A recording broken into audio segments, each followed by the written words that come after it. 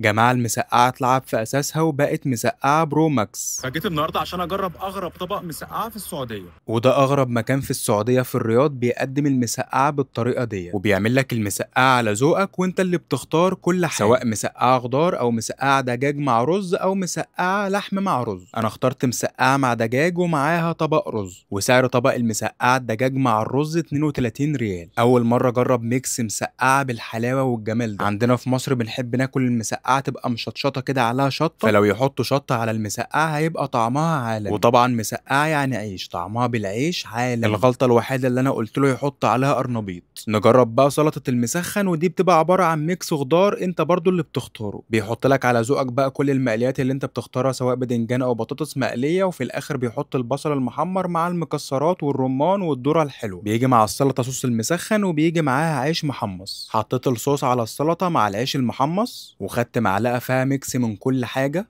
ميكس الذرة مع المكسرات مع العيش مع الصوص حلو قوي، حاسس طعمه مختلف تماما عن اي سلطة كنت بجربه قبل كده.